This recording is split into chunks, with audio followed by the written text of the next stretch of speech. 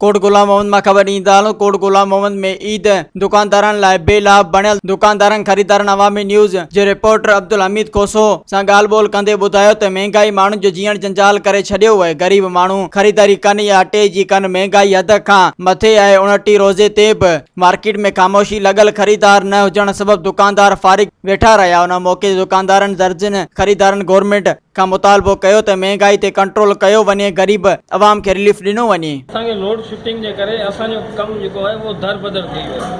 तो जिते असांखे पहिरीं अॻे जोड़ासीं 200 ठाहींदा हुआ हीअं हींअर असीं 50 जोड़ा ठाहियूं पिया ऐं असांखे ॾाढो नुक़सानु थियो आहे इन शइ खां।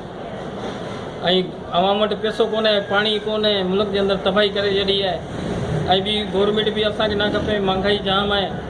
डालडा वठूं या गिहु वठूं या खंडु वठूं, असांजा ॿार बीमार 500 रुपया असीं कमाइण वारा, असांखे एतिरो वॾो माना नुक़सानु आहे। बस पूरी थिए गरीब के माण्हू खे कुझु सहूलियत थी आहे, खाइण पीअण ईद जो साल ते ईंदी आहे, डेली कोन थी अचे। इन हिसाब सां को अचे क़िस्मत थी अचे ईद साल में हिकिड़े चकर, उन हिसाब सां को इंजवाज सही नमूने करे ईअं शॉपिंग सही कनि। असां इहो ई चवंदा। ऐं तव्हांखे दोस्तनि खे इहो ॿुधाईंदो चाहियां, 5 साल जी निस्बत हिन साल तव्हांखे ॾिसो पियो मार्केटनि में रश न आहे बिल्कुलु बि। हिन जी वजह इहा आहे कि महांगाई जाम आहे, हर शइ महांगी डबल ट्रिपल क़ीमत थी वई आहे ऐं ग़रीब माण्हू उहो अफोर्ड कोन थो करे सघे हिन शइ खे, ऐं हर माण्हू अफोर्ड कोन थो करे। तंहिं करे हिते तव्हां ॾिसो पिया हर दुकानु ख़ाली पिया आहिनि, जेके बि हिते दुकान आहिनि तक़रीबन ख़ाली हूंदो आहे।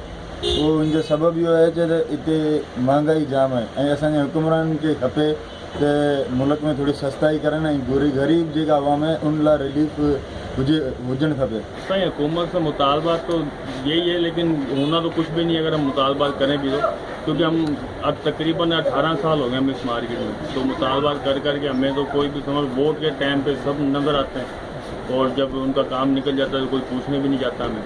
तो बाकी महंगाई के वाले से कि महंगाई कम हो, आम इंसान जो है वो ज़िंदगी सही गुजर कर सके। जाम थी इनकी वजह से तो कम आए कौन फारी बैठा है। अच्छा, पूरी सीजन तव्हां ईअं वेठा हुआ? तकरीबन ये 4-5 ॾींहं कम हलियो, बाक़ी ईअं फारी की वेठा हुआसीं। इनजो सबबु इहो ई आहे, पैसो आहे कोन मुल्क में, पाणी कोन्हे, पाणी जो ॻोल्हण लॻो पियो आहे। जे करे हर शइ महांगी थी वई आहे। महांगाई जे करे हर माण्हू जेका न जेका अफोर्ड नथो करे सघे कि बाबा असांखे इहा ख़रीदारी करणी आहे। फ़र्ज़ु करो कि को वञे कंहिंजा 7 ॿार आहिनि, अगरि उहो बचे 7 ॿारनि जे हिसाब सां असांखे ख़रीदारी करणी आहे त उन वटि एतिरी आमदनी कोन्हे जो 7 खे माना महांगाई जे हिसाब सां उन्हनि खे को ख़रीदारी कराए सघे। सभिनी खां वॾो रीज़न मां फारिग वेहण जो इहो ई आहे त महांगाई हद थी वई आहे।